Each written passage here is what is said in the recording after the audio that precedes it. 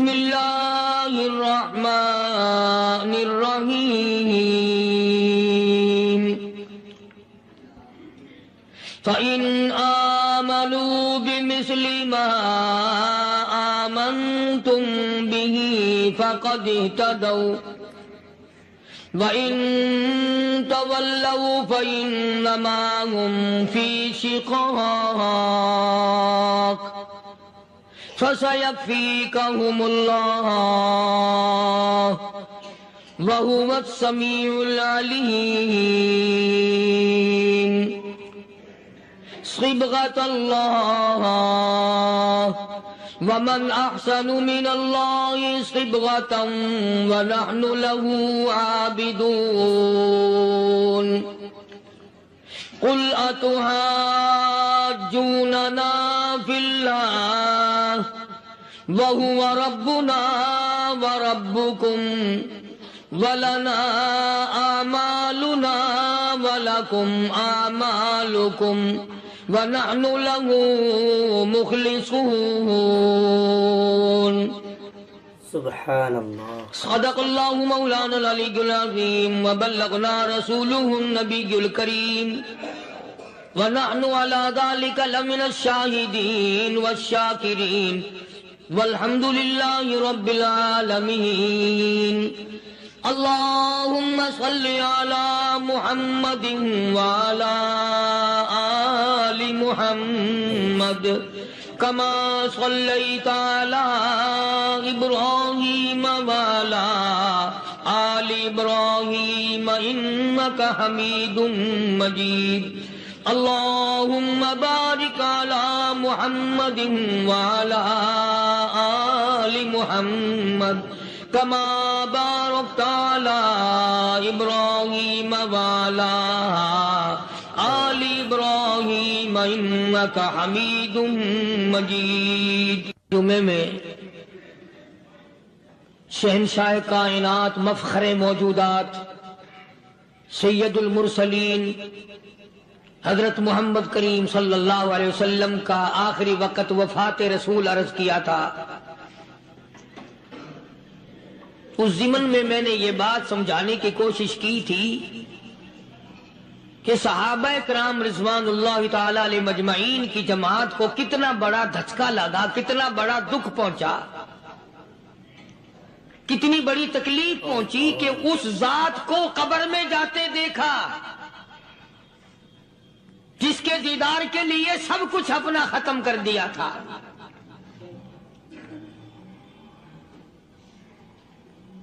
اندازہ لگائیں آپ، بعد صحابی کی پسلیاں توڑ کے رکھ دی گئیں اور جب اس کو کہا گیا کہ تھوڑا سا پانی پی لے، کہتا نہیں، جب تک میں آقا کا دیدار نہ کر لوں ایک گھونٹ پانی کا نہیں پی سکتا.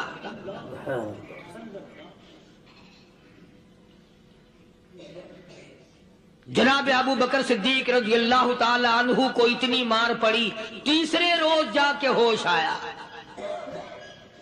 امی نے اگر کہا کہ تھوڑا سا کچھ کھا لو تو کہا نہیں، پہلے شربت دیدار اور بعد میں کھانا پینا.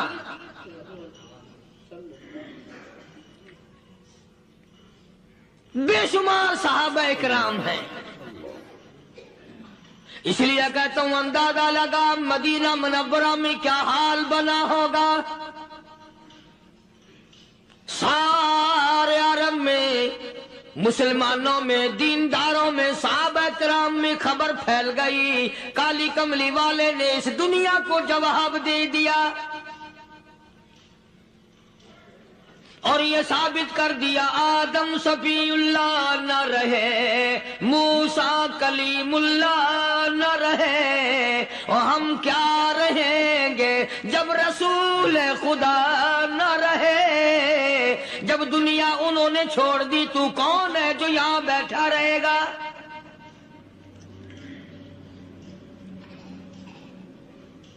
سیدنا فاروق اعظم رضی اللہ تعالیٰ عنہ جیسے بہادر فرمانے لگے جو یوں کہے گا میرے نبی فوت ہو گئے میں اس کی گردن اتار ماروں گا، میرا نبی فوت نہیں ہو سکتا، میرا نبی دنیا سے نہیں جا سکتا، میرا نبی ہمیشہ ہمیشہ کے لیے رہے گا۔ لیکن جناب ابو بکر صدیق نے قرآن کریم کی آیت سنا کر کے سمجھایا، فرمایا وما محمد الا رسول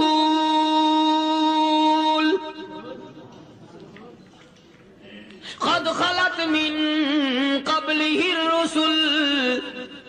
اور لوگوں ہر نبی آئے رخصت ہو گئے، ہر نبی آئے رخصت ہو گئے، دنیا نہ پائیدار جگہ ہے، عارضی زندگی، مستعار زندگی، نہ پائیدار زندگی، فانی زندگی ہر کوئی لے کے آتا ہے، جب جانے لگتا ہے تو پتہ بھی نہیں چلتا۔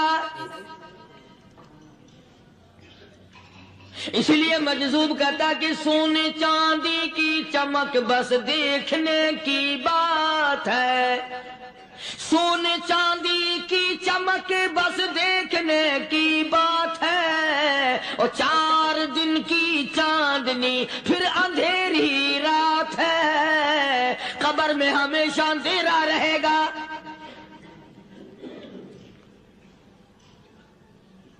صحابہ اکرام نے وہ صدمہ دیکھا، وہ پریشانی دیکھی، کائنات میں کسی نے نہیں دیکھی۔ کسی نے بیوی کے مرنے کا صدمہ اٹھایا ہوگا، کسی نے جوان بیٹے کی موت کا صدمہ دیکھا ہوگا، کسی نے امی کے مرنے کا صدمہ دیکھا ہوگا، کسی نے ابا کے مرنے کا صدمہ دیکھا ہوگا۔ خدا کی قسم بلال سے جا کے پوچھو جب کالی کملی والے کا تجھے دیدار نہ ملا تیرا کیا حال بنا۔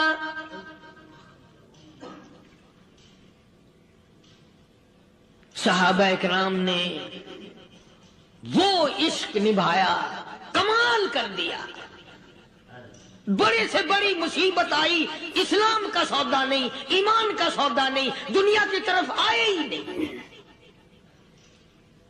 کون ان حضرات کا مقابلہ کرے گا؟ لا الہ۔ کئی لوگ کہہ دیتے ہیں جی صحابہ انسان تھے، ان سے بھی غلطی ہو، میں ٹھیک ہے، میں کہتا ہوں تھے تو انسان، پر یہ دیکھو شاگرد کس کے ہیں۔ صحابہ ہیں تو انسان، پر یہ اندازہ لگاؤ مرید کس کے ہیں۔ صحابہ ہیں تو انسان، پر یہ سوچو کہ یہ مقتدی کس کے ہیں۔ صحابہ ہیں تو انسان، پر یہ دیکھو صحابہ اگر سپاہی ہے تو کالی کملی والا کمانڈر ان چیف ہے۔ براہ راست محمد عربی صلی اللہ علیہ وسلم کے صحابہ شاگرد ہیں، صحابہ حضور کے مرید ہیں، صحابہ حضور کے مقتدی ہیں، صحابہ حضور کی فوج کے سپاہی ہیں۔ ایک ایک نے کمال کر دیا۔ جناب ابو بکر صدیق رضی اللہ تعالیٰ عنہ فرماتے ہیں میں اچانک محلے میں جا نکلا۔ ابو بکر کہتا ہے میری یہ عادت تھی، شروع پہ جو اسلام آیا مکے میں، چودھری مارتے ہیں، رئیس مارتے ہیں، سردار مارتے ہیں، کمزوروں کو مارتے ہیں، جو کلمہ پڑھتا تھا پہاڑ ٹوٹ جاتے تھے، پیر پکڑ کر مکی کی گلیوں میں گھسیٹا جاتا تھا، چمڑا ادھر جاتا تھا۔ آج یہ بات کہنا بڑا آسان ہے، تبلیغی ساتھی سفر کرتے ہیں، تکلیف اٹھاتے ہیں، اگر جی جاؤ کافروں کو کلمہ سکھا کے آؤ، اور کلمہ تو تیرے پلے نہیں تو کافروں کو تو پھر پہنچائیں گے نا۔ 80 سال کی عمر ہے، کلمہ صحیح نہیں آتا، قبر بالکل سر پہ ہے، موت سر پہ ہے، قبر سامنے ہے، پھر بھی کلمہ نہیں آتا۔ اور میں تو کئی مرتبہ کہا کرتا ہوں کہ یہ بھی فکر کیا کرو کہ اس نبی کی ذات پر تم درود پاک پڑھتے ہو صلی اللہ علیہ وسلم، جس کی ذات پہ خود خدا درود بھیجتا ہے، فرشتے بھیجتے ہیں۔ ہزاروں بار مجھ کو عنبر سے منہ دھو کر کے اگر درود پڑھو تو ڈرنا چاہیے بے ادبی نہ ہو جائے، تو غلط ہو درود پڑھتا ہے نبی کی ذات پہ۔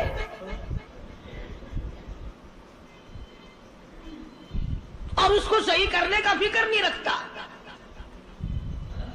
چنانچہ ابو بکر صدیق رضی اللہ تعالیٰ عنہ چکر لگاتے لگاتے ایک محلے میں جا نکلے. وہاں جا کے دیکھا ایک نوجوان ہے، غریب صحابی، نادار صحابی، مفلس صحابی، کافر کا غلام ہے، کالی کملی والے صلی اللہ علیہ وسلم کا کلمہ پڑھتا ہے. کافروں نے پکڑ کر گرم گرم ریت پہ اونڈا کر کے لٹایا ہوا ہے، اور کئی کافر اس صحابی کی کمر پہ چڑھ کر لتاڑ رہے ہیں. اس کی کمر پہ چڑھے ہوئے ہیں. جناب ابو بکر صدیق رضی اللہ تعالیٰ عنہ فرماتے ہیں میں نے دور سے دیکھا، میں سمجھ گیا کوئی غریب آدمی ہے. جب میں قریب گیا فرماتے ہیں میری آنکھ نے دیکھا ابو فقیہ صحابی، میں نے پہچان لیا. کئی آدمیوں کے لتاڑنے کی وجہ سے، کئی آدمیوں کی کمر پہ چڑھ جانے کی وجہ سے ابو بکر کہتا ہے اتنی لمبی ابو فقیہ کی زبان باہر نکل آئی، منہ سے زبان باہر لٹکی ہوئی ہے، مار رہے ہیں کافر. جناب ابو بکر صدیق رضی اللہ تعالیٰ عنہ نے فرما دیا نہ مارو، اللہ کا بندہ ہے. وہ کہنے لگے بندہ تو اللہ کا ہوگا، غلام ہمارا اور کلمہ اس نبی کا پڑھتا ہے. ہمارا غلام ہو کر کلمہ پڑھتا ہے، کیوں؟ جب تک جان سے نہ مر جائے گا ہم چھوڑیں گے نہیں، ہم اسے ختم کر کے دم لیں گے. اس نبی کا کلمہ پڑھتا ہے، ہمارے سامنے پڑھتا ہے. جناب ابو بکر صدیق رضی اللہ تعالیٰ عنہ نے منع کر دیا. منع کرنے میں اور زیادہ مچر گئے، اور زیادہ خرمستی کرنے لگے. ابو بکر فرماتے ہیں میں بالکل قریب کھڑا تھا، ظالموں نے ابو فقیہ کی پسلیوں پہ کمر پہ چھلانگیں لگانی شروع کر دی.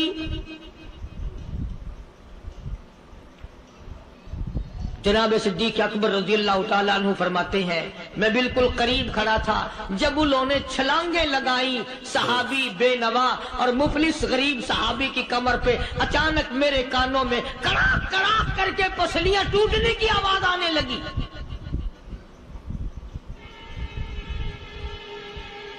میرے سے برداشت نہ ہوا، میں برداشت نہ کر سکا. جناب ابو بکر رضی اللہ تعالیٰ عنہ فرماتے ہیں میں نے کہا ظالمو سودا کر لو، میں خرید لوں گا.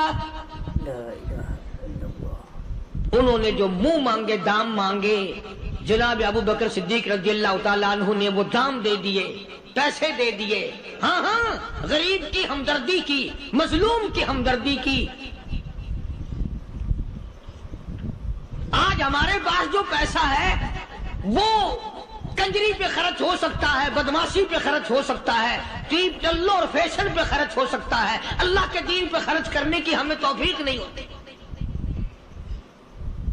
سارے سال کی کمائی کا حساب لگائیں کہ ہم نے کتنا اپنے بیوی بچوں پہ خرچ کیا، کتنا اللہ اور اس کے رسول اور اللہ کے قرآن پہ خرچ کیا. 100-2% بھی نہیں بنتا. جناب ابو بکر رضی اللہ تعالیٰ عنہ نے ابو فقیہ رضی اللہ تعالیٰ عنہ کو خرید لیا، کافروں کے نیچے سے نکال لیا، کپڑے جھاڑے، زخموں پہ مرہم پٹی کی. ابو بکر دوڑے دوڑے پانی کا پیالہ لے آئے اور فرمانے لگے ابو فقیہ تجھے بڑی مار پڑی ہے، بڑی تکلیف پہنچی ہے، میں نے تیری زبان باہر لٹکی ہوئی دیکھی، نکلی ہوئی دیکھی، خشکی آ گئی ہوگی، زبان پہ کانٹے جم گئے ہوں گے، تھوڑا سا پانی پی لے. ابو فقیہ کہتا ابو بکر تیرے احسان کا بدلہ خدا دے گا، تیری مہربانیوں کا بدلہ خدا دے گا. میں نہیں دے سکتا، تو نے پیسے خرچ کر کے مجھے آزاد کرایا. میں تجھے دعا دے سکتا ہوں، میں غریب ہوں، میں نادار ہوں، میں مفلس ہوں، میں مسکین ہوں. اور ابو بکر تنگ نہ کر، میں پانی پی نہیں سکتا. کیا بات ہے، کیوں پانی نہیں پی سکتا؟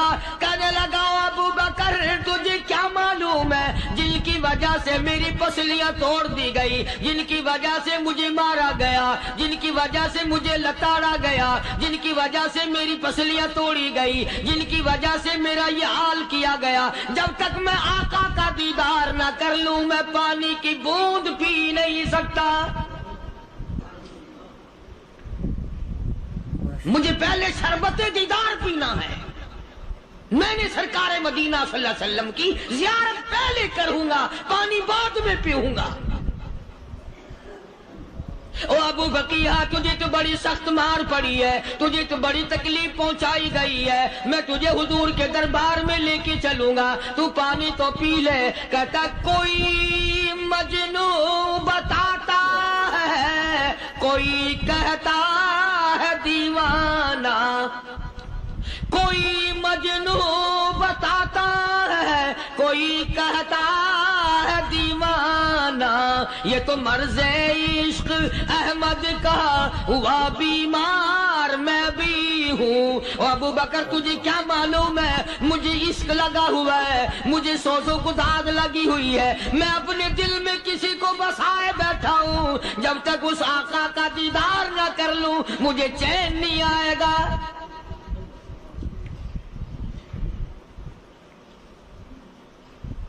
ہمیں عورتوں سے محبت ہے، ہمیں اولاد سے محبت ہے، ہمیں کوٹھی بنگلے سے پیار ہے، ہمیں روپے سے پیار ہے، ہمیں بڑی جاہ و حشم سے پیار ہے. اور خدا اور اس کے رسول سے پیار کرنے والے لوگ مدینے کے قبرستان میں سو گئے. قرآن سے پیار کرنے والے لوگ، حضور کے درباری لوگ وہیں سو گئے. اندازہ لگاؤ، کوئی مار کھا کے اپنے ماں باپ کے پاس جائے گا، کوئی بھائی برادری میں جائے گا، کوئی تھانے میں رپورٹ لکھوانے جائے گا، کوئی اسپتال میں سرٹیفکیٹ لینے جائے گا، کوئی ڈاکٹری کرانے جائے گا.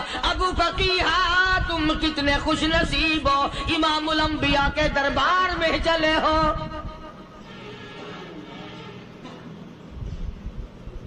حضور اکرم سب کہہ دو صلی اللہ علیہ وسلم کے دربار میں ابو فقیہ کو لایا جا رہا ہے. علماء نے لکھا ہے کہ جب ابو فقیہ حضرت کے دربار میں پہنچے تو خبر تو پہلے تھی نا کہ بڑی مار پڑی ہے. رحمت کائنات نے اٹھ کر سینے سے لگا لیا. تشریف فرما ہوئے، فرمایا ابو فقیہ جی حضور، میں نے سنا ہے تو نے پانی نہیں پیا، اتنی مار پڑی تیری پسلیاں توڑ دی گئی، تیری کمر پہ چھلانگیں لگائی گئی، تجھے گرم گرم لیپ پہ لٹایا گیا، تیری زبان باہر نکل آئی، اور میں نے سنا ہے تو نے پانی نہیں پیا. کہتا ہے آقا ہاں نہیں پیا. فرمایا کیوں نہیں پیا؟ کہتا ہے آقا میں اس وقت پانی پیتا میرے منہ میں صرف پانی جاتا، اب پیوں گا ہاتھ تیرا ہوگا منہ میرا ہوگا، پانی میرے منہ میں جائے گا، مجھے حوض کوثر کا مزہ یہی آ جائے گا، مجھے لطف آئے گا محمد عربی صلی اللہ علیہ وسلم کے ہاتھ سے پانی پینے کا. علماء نے لکھا ہے کہ حضرت نے جب اپنے رحمت والے ہاتھ سے وہ انگلی چاند کو اشارہ کیا، جگر پھنس کر ٹکڑے ہو گئے. وہ انگلی اشارہ کیا، سورج واپس ہو گیا. وہ انگلی درخت اپنی جڑیں چھوڑ کر پیغمبر کے قدموں میں آ گئے. وہ انگلی جن میں کنکر پہاڑ کے لیے تو کلمہ پڑھنا شروع کر دیا. وہ انگلی اونٹ کی طرف کی تو بول پڑا. وہ انگلی چڑیاں سامنے آئی تو انہوں نے شکایت کر دی. وہ انگلی جن کو دیکھ کر کے بیت اللہ پھر گیا.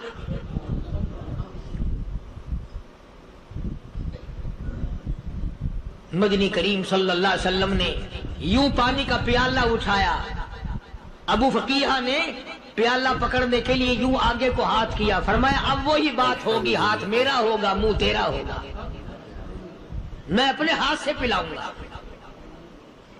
ابو فقیہ کو پانی پلا دیا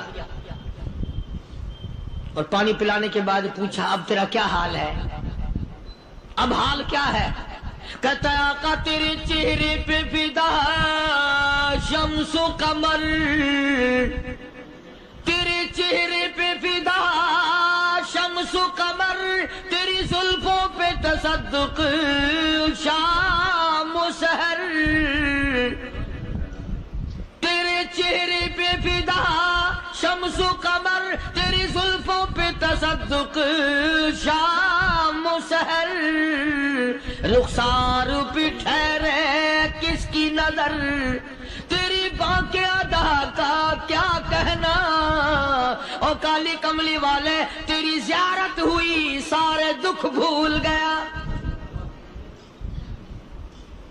میرے سارے غم ٹل گئے، میرے سارے دکھ دور ہو گئے، میری ساری پریشانی دور ہو گئی، اور میں تو اب مزے میں ہوں۔ جناب ابو بکر صدیق رضی اللہ تعالیٰ عنہ نے مال خرچ کیا، صحابہ کرام کی جانیں بچائیں۔ قیامت کا دن ہوگا، ساری کائنات کی پیشی ہوگی، اللہ پاک پوچھے گا کہ دنیا میں کیا کرتا تھا؟ کوئی کہے گا میں کھیتی باڑی کرتا تھا، کوئی کہے گا میں دفتر میں نوکر تھا، کوئی کہے گا میری دکان تھی، کوئی کہے گا میں یہ کمائی کرتا تھا، کوئی کہے گا میں یہ کمائی کرتا تھا۔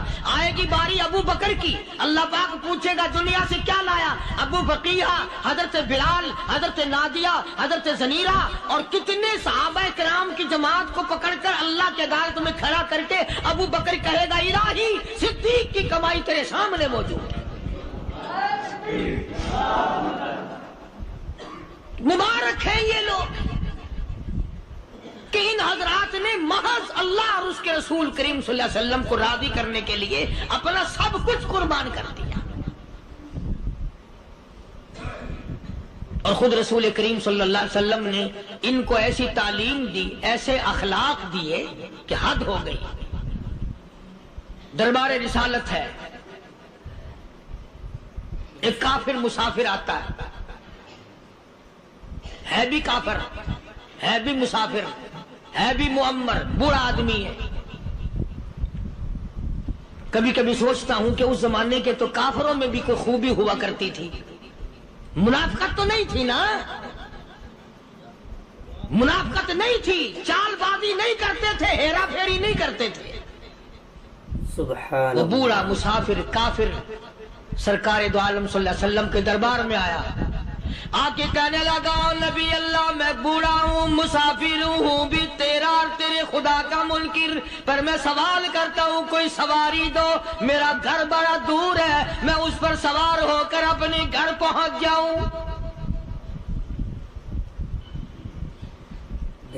حالانکہ مسلمانوں کے پاس سواریاں کہاں تھی، خود تنگی میں تھے، وطن چھوڑ کے آئے، قربانیاں دے کے آئے، پتے چباتے ہوئے آئے، پانی پورا رج کے پینے کے لیے پانی نہیں ملتا،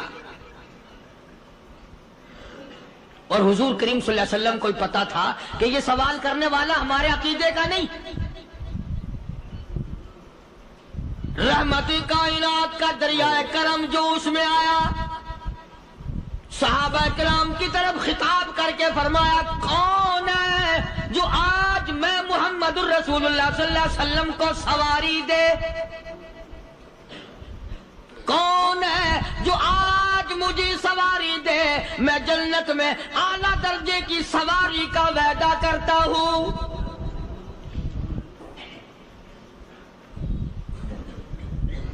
حضرت عبادہ بن ثابت رضی اللہ تعالیٰ عنہ صحابے اٹھے اور اپنی ڈاچی، اپنی اونٹنی حضور کے ہاتھ میں پکڑا دی، اور حضور نے اس مسافر کو دے دی کہ لے بھائی سواری تجھے مل گئی۔ اب وہ مسافر جو تھا بوڑھا، وہ کہنے لگا جی میرے پاس کپڑا بھی نہیں ہے، اب تم جیسا اگر کوئی سیٹ ہوتا نا آنکھیں نکالتا کہ ہم نے تیرے لیے یہاں کو ٹیکسٹائل مل چلا رکھے، سواری مل گئی تو اور آگے کو چل گیا، راستہ پکڑا پڑا جا۔ خدا جانے دھکے دیتے، خدا جانے مکے مارتے، خدا جانے کتنی باتیں بناتے۔ امام الانبیاء محبوب کبریا حضرت محمد مصطفیٰ صلی اللہ تعالی علیہ وسلم پھر کھڑے ہو گئے، صحابہ کرام کو خطاب کر کے فرمایا کون ہے جو آج مجھے کپڑا دے، کل میں جنت میں اعلیٰ درجے کی پوشاک اور لباس جوڑوں کا وعدہ کرتا ہوں۔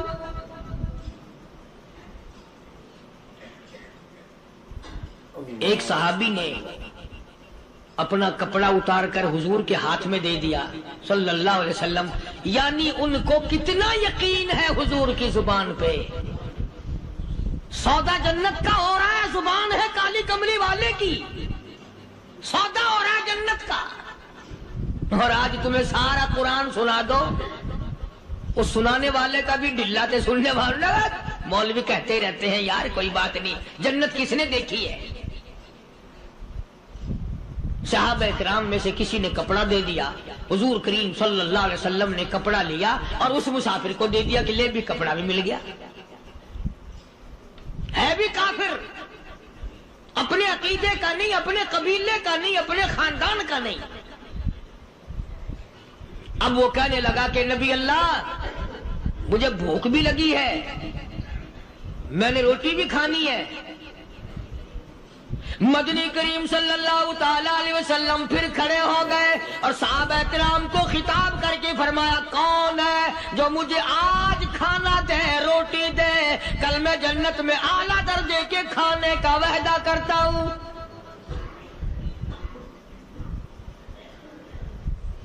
اس سوال کا جواب پورے مجمع میں سے نہ ملا، یوں لکھا علماء نے 300 صحابہ کا مجمع بیٹھا ہوا تھا۔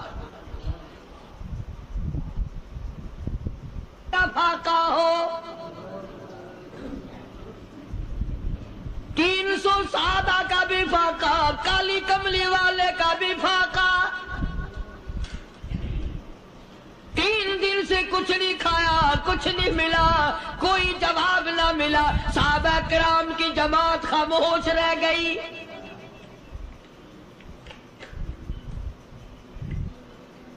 سلمان فارسی رضی اللہ تعالیٰ عنہ اٹھے اور اس مسافر کا ہاتھ پکڑا اور کہنے لگا میں تجھے ایسے دروازے پہ لے کے چلوں گا جہاں سے کچھ نہ کچھ کھانے کے لیے مل جائے گا۔ آیا ہے سلمان فارسی مسافر کو لے کر خاتون جنت سیدہ فاطمہ الزہرا رضی اللہ تعالیٰ عنہا کے دروازے پہ اور آواز لگائی یا اہل بیت رسول اللہ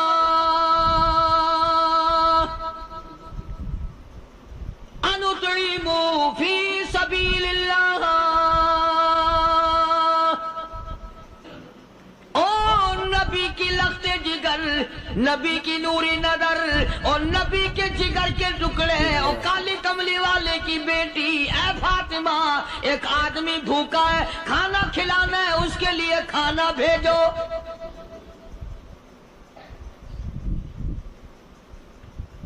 اندر سے آواز آتی ہے اور رونے کیسی آواز میں جواب ملا، سیدنا حسن سیدنا حسین رضی اللہ تعالیٰ عنہما، ان کی شکلیں دیکھو، 4 دن کے فاقے نے بچوں کی شکل بگاڑ دی۔ پیغمبر کے نواسوں کا فاقہ، پیغمبر کا نواسا، پیغمبر کی بیٹی کا فاقہ، تمام مسلمان فاقے سے ہیں، کوئی گلہ نہیں کرتا، کوئی شکایت نہیں کرتا، کوئی اعتراض نہیں کرتا۔ اسی حالت میں اگر جنگ بھی ہو جائے تو صحابہ پھر بھی پیچھے رہنے کو تیار ہیں۔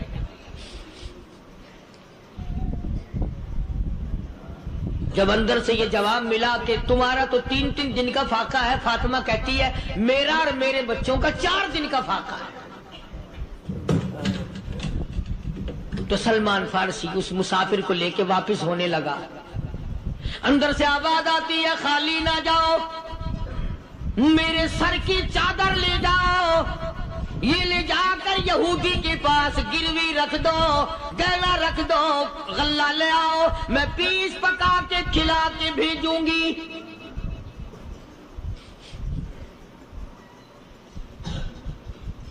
کہاں آج ایسے سخی عورت ہیں، کہاں ایسے سخی مرد ہیں؟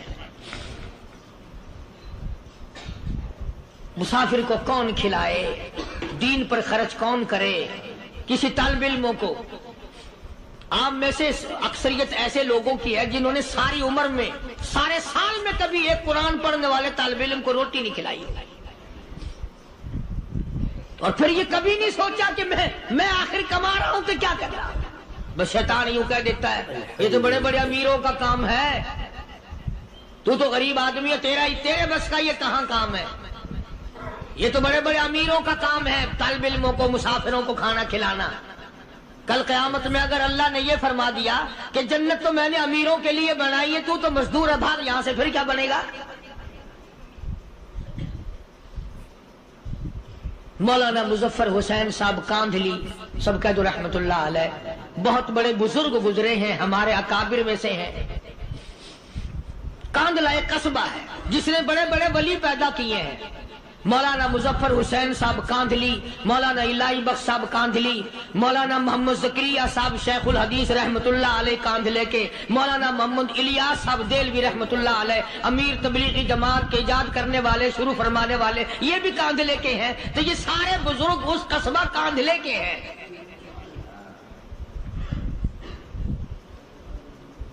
تو مولانا مظفر حسین پانی پت سے پیدل چل دیے اپنے کاندھلے کرانے کی طرف. راستے میں ایک بستی آئی، شام ہو گئی تو حضرت نے وہیں قیام کر لیا، ٹھہر گئے. عصر کی نماز پڑھی، مغرب کی نماز پڑھی، مسجد میں صفائی کی، اذان دی. کوئی ایک آدھ آدمی آیا تو جماعت کر لی. وہ جو آدمی آیا اس نے پوچھا مولانا آپ مسافر ہیں؟ کہ جی ہاں. کہ رات کو یہی رہو گے؟ کہ جی حضور. وہ آدمی 3 روٹیاں لے کر آیا اور مولانا نے وہ تینوں روٹیاں کھا لی اور سو گئے. تو مولانا فرماتے ہیں کہ مجھے اس رات میں حضور اکرم صلی اللہ علیہ وسلم کا 3 مرتبہ دیدار مل گیا. 3 مرتبہ حضور کی مجھے زیارت ملی. مولانا فرماتے ہیں میں تو اگلے دن بھی وہاں ٹھہر گیا کہ یہ جگہ چھوڑنے کی ہے، جہاں اتنی بڑی دولت ملے یہاں تو ساری عمر پڑا رہے آدمی. تو حضرت فرماتے ہیں کہ اگلے دن وہی مسافر، مولانا مسافر ہیں، وہی آدمی ہے، 2 روٹیاں لے کر آیا. اور مولانا فرماتے ہیں میں نے 2 روٹیاں کھا لی تو اس رات کو مجھے 2 مرتبہ حضور صلی اللہ علیہ وسلم کا دیدار ملا. میں تیسرے دن بھی وہیں ٹھہر گیا. تیسرے دن شام کو وہی آدمی 1 روٹی لے کر آیا اور میں نے وہ روٹی کھا لی. تو اس رات کو حضور کریم صلی اللہ علیہ وسلم کی 1 مرتبہ زیارت ہوئی، 1 مرتبہ دیدار ملا. تو مولانا فرماتے ہیں میری سمجھ میں یہ بات بیٹھ گئی کہ یہ نہ تو جگہ کی برکت نہ بستی کی برکت، یہ تو اس کی روٹیوں کی برکت ہے. 3 کھائی تو 3 مرتبہ دیدار ہوا، 2 کھائی تو 2 مرتبہ دیدار ہوا، 1 کھائی تو 1 مرتبہ. یہ تو اس کی روٹی کی کرامت ہے. تو وہی آدمی جو روٹی لانے والا تھا وہ کہنے لگا مولانا کل آپ تشریف لے جائیں، یہاں نہ ٹھہرنا. تو حضرت فرماتے ہیں میں نے کہا کیوں بھائی، مجھے تو ایسی دولت مل رہی ہے میں یہیں پڑا رہا ہوں. وہ کہنے لگا اللہ والے آپ کو پتا نہیں، پرسوں میں مزدوری کر کے اتنا ہی آٹا لایا تھا کہ 3 روٹیاں بنی. اتنا ہی آٹا بنا تھا، 3 روٹیاں بنی. میں اپنے نام کی روٹی اٹھا کے چل دیا.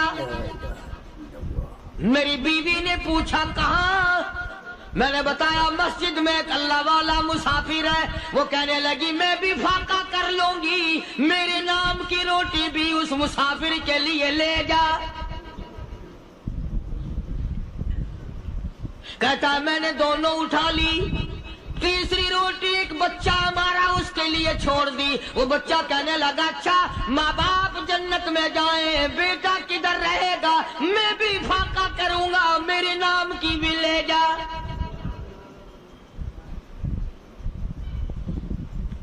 میں نے 3 روٹیاں لا دی اور اگلے دن جو میں نے مزدوری کی اس کی 3 روٹیاں بنی. بچے کی حالت خراب ہو گئی تھی، اس کو دے آیا. ہم نے میاں بیوی نے چوتھے دن بھی فاقہ کر لیا اور آج بیوی کی حالت بھی خراب ہو گئی تھی. آج صرف اپنی لایا ہوں. مولانا اس لیے عرض کر دیا کبھی کل میرا پیر نہ پھسل جائے، ایسا نہ ہو میرا قدم ڈگمگا جائے، ایسا نہ ہو بھوک کا مارا میں کچھ اور کر بیٹھوں، اس لیے عرض کر دیا کل آپ تشریف لے آئیں. عرض میں یہ کر رہا تھا کہ کسی زمانے میں دوسرے کی خیر خواہی کے لیے لوگ سب کچھ کر گزرتے تھے. حضرت محمد الرسول اللہ صلی اللہ تعالی علیہ وسلم کے پاس جنگ بدر کے قیدی آئے تھے کافر، اسلام کے دشمن، دین کے دشمن، قرآن کے دشمن، ایمان کے دشمن. مگر صحابہ کرام کو فرمایا یہ میرے مہمان ہیں. حضور نے فرما دیا صلی اللہ علیہ وسلم. ایک صحابی جو ایک مہمان کو لے گیا، حضور کے مہمان کو، تھے جنگی قیدی.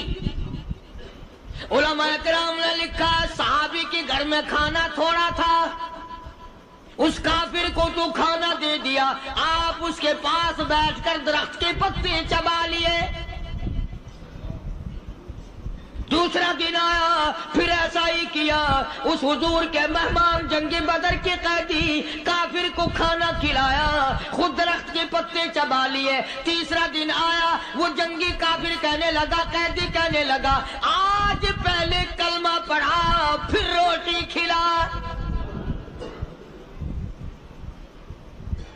میں پہلے مسلمان بنتا ہوں اس کے بعد میں کھانا کھاؤں گا۔ ارے تم اتنے اپنے اوپر دوسرے کو ترجیح دیتے ہو کہ ہم کافر بھی ہیں، تمہیں مارنے والے تمہیں مارنے آئے تھے، اور تمہارا حال یہ کر دیا کالی کملی والے نے کہ خود پتے چباتے ہو، دشمن کو کھانا کھلاتے ہو، خود درختوں کے پتے چبا رہے ہو۔ محمد صلی اللہ علیہ وسلم نے تمہیں اتنا اونچا بنا دیا، نگاہ نبوت نے تمہیں ایسا رنگ دیا، اور نبی کے دروازے نے تمہیں وہ دیا کہ قیامت آ سکتی ہے مگر صحابہ تمہاری دولت نہیں چھین سکتے۔ تو فاطمۃ الزہرا رضی اللہ تعالی عنہا نے سر کی چادر اتار کر دے دی سلمان فارسی کو کہ یہ لے جا، یہودی کے پاس جا کے گروی رکھ دے، دانا غلہ لے آ، میں پیس پکا کے کھلا کے بھیجوں گا۔ سلمان فارسی کہتے ہیں رضی اللہ تعالی عنہ کہ ہم چادر لے کر کے یہودی کے پاس گئے اور یہودی کو سارا قصہ بتایا۔ اس یہودی نے چادر لے کر رکھ لی اور غلہ تولنے لگا دینے کے لیے، تو رو رہا تھا۔ ہم نے پوچھا تجھے کیا ہوا، تو کیوں رویا؟ کہنے لگا مسلمانوں، ہماری توریت میں واقعہ موجود ہے، قصہ موجود ہے، آخر الزماں پیغمبر صلی اللہ علیہ وسلم کی بیٹی کی دروازے پہ ایک بھوکا کافر مسافر آئے گا، اس کا پیٹ بھرنے کے لیے نبی کی بیٹی اپنی چادر اتار کر گروی رکھ دے گی، یہودی کے پاس غلہ منگوا کے کھانا کھلائے گی۔ آج توریت کی بات سچی ہو گئی، چادر آئی رکھی ہے، میں وہ یہودی ہوں۔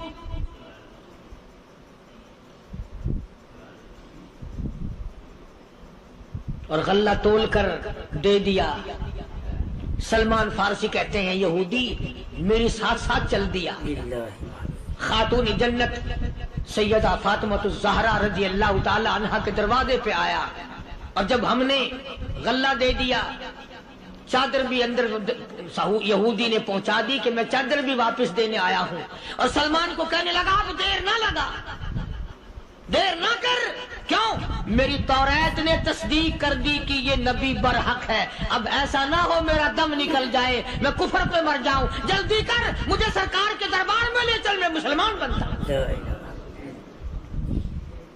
اور اسی کو جا کے کہنے لگا تیری صورت، تیری سیرت، تیرا نقشہ، تیرا جلوہ، تیری صورت، تیری سیرت، تیرا نقشہ، تیرا جلوہ، تبسم گفتگو بندہ نوازی، خندہ پیشانی، او کالی کملی والے میرا دل ہو، تیرا گھر ہو، تیرا در ہو، میرا سر ہو، تمنا مختصر سی ہے مگر تمہید طولانی۔ یہودی نے ضد نہیں کی۔ آج کا مسلمان کہلانے والا ضد کرتا ہے، ضد میں مارا جاتا ہے، ہائے ہم یوں ہیں، یہ یوں ہے۔ وہ یہودی اچھا نکلا، ذرا سی بات اس کے سامنے آئی فوراً سمجھ گیا، سرکار کے دربار میں جا کر غلامی قبول کر لی۔ بے شمار صحابہ کرام ہیں جنہوں نے اللہ کی راہ میں وہ دکھ اٹھائے، وہ پریشانیاں جھیلی۔ اللہ غنی، مکہ مکرمہ میں سیدنا ابو جندل رضی اللہ تعالی عنہ صحابی ہے، ایمان قبول کر لیا، کلمہ پڑھ بیٹھا، بس کافروں کے لیے مشغلہ بن گیا، تماشا بن گیا، روزانہ مارتے ہیں۔ اندازہ لگاؤ مسلمانوں، ملتان کے رہنے والوں، سارا مکہ مارنے والا ایک ابو جندل مار کھانے والا۔